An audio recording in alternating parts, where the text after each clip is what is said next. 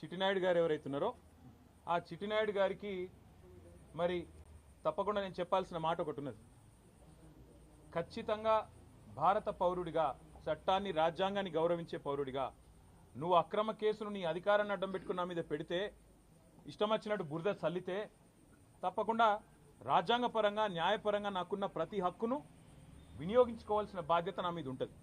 అందుకే నేను ఏసీబీ ఆఫీస్కు పోయినా లాయర్ తీసుకుపోతా అని చెప్పినా, లాయర్తో సహా విచారణకు హాజరవుతా, మీరు ఏం అడిగితే చెప్తా అని చెప్పినా నువ్వు భయపడ్డావు, నేను భయపడలేదు. నేను అర్ధగంట 40 నిమిషాలు ఎదురు చూసినా నీ వ్యవస్థ ఎందుకో కానీ మరి నా నుంచి ప్రశ్నలు అడగడానికి వెనుకకు పోయింది. అట్లాగే కోర్టుకు పోయినా, కోర్టులో హైకోర్టులో పిటిషన్ వేసినాం. ఏమని? ఇది అక్రమ కేసు, ఎఫ్ఐఆర్ తప్పు, ఎఫ్ఐఆర్ అనవసరపు సెక్షన్లు, అక్కరలేని సెక్షన్లు ఇష్టం వచ్చినట్టు పెట్టినారని చెప్పి వాదించినాం.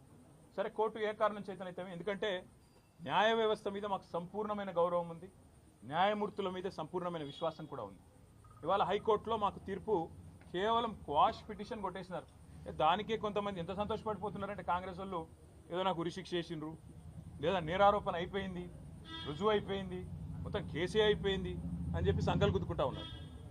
ఆ సన్నాసులకు నేను చెప్పేది ఏంటంటే, ఇది స్టార్టింగే, ఇప్పుడేం తాగమైతే ఎట్లా? మేము ఆల్రెడీ హైకోర్టులో ఏదైతే క్వాష్ పిటిషన్ కొట్టేసినరో దాని మీద సుప్రీంకోర్టుకు పోయినాం. సుప్రీంకోర్టులో మ్యాటర్ ఉన్నది. ఇప్పుడు అది ఎప్పుడు వస్తుందో వస్తుంది. అది సుప్రీంకోర్టు ఎట్లా నడుస్తుందో ఆ పద్ధతి ప్రకారం 2 రోజుల్లోనో 3 రోజుల్లోనో వారం రోజుల్లోనో ఎప్పుడు వస్తుందో వస్తుంది. అక్కడ కూడా న్యాయ పోరాటం చేస్తాం. అట్లాగే నిన్న మీరు ఏదైతే నా హక్కులకు భంగం వాటిల్లే విధంగా వ్యవహారం చేసినారో, నేను విచారణకు చట్టాన్ని గౌరవించే పౌరుడిగా హాజరై అక్కడ ఏ సమాధానం అడిగినా చెప్తానని పోయినప్పుడు లాయర్లతో రావద్దంటారు. నేను చెప్పిన మీరు దొంగలు, ఎందుకంటే మీరు గిట్లనే చేసింది ఇదివరకు కూడా. పాపం మా పట్నం నరేందర్ రెడ్డి ఆయన ఇయ్యని స్టేట్మెంట్ ఇచ్చినట్టు బుకాయించి వెంటనే మీడియాలో లీకులు ఇచ్చే దౌర్భాగ్యులు మీరు. నేను నమ్మను మిమ్మల్ని, మా లాయర్ బరాబర్ ఉండాలని అడిగిన.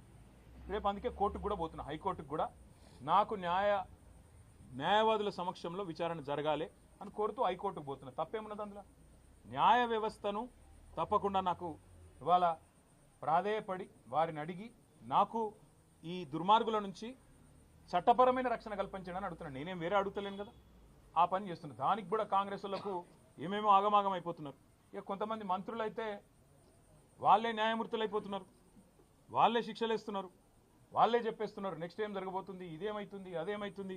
వాళ్ళకి నేను చెప్తా ఉన్నా, ట్రయల్ మీడియాలో జరగదు, ట్రయల్ సెక్రటేరియట్లో జరగదు, ట్రయల్ మంత్రుల పేషీల్లో జరగదు, ట్రయల్ న్యాయస్థానాల్లోనే జరుగుతుంది.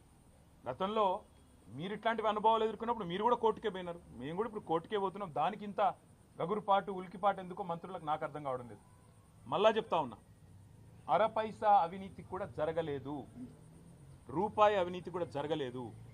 మళ్ళీ చెప్తా ఉన్నా, తెలంగాణ కోసం, తెలంగాణ ఇమేజ్ను ఆకాశం అంత ఎత్తుకు తీసుకుపోవడం కోసం, భారతదేశంలో మాత్రమే కాదు ప్రపంచ పటంలో హైదరాబాద్ని ఒక విశ్వనగరంగా ప్రతిష్ఠించడం కోసం తీసుకునే నిర్ణయం తప్ప ఏమీ ఆశించి కానీ మీలాగా ఏదో వెనకాల గుడుపుటాన్ని చేసుకొని చేసిన పని కానే కాదు. ఇక్కడ మొబిలిటీకి కేంద్రంగా భవిష్యత్తులో ఎలక్ట్రిక్ వాహనాలు ఏవైతే వస్తున్నాయో వాటన్నిటికీ ప్రధాన కేంద్రంగా హైదరాబాద్ను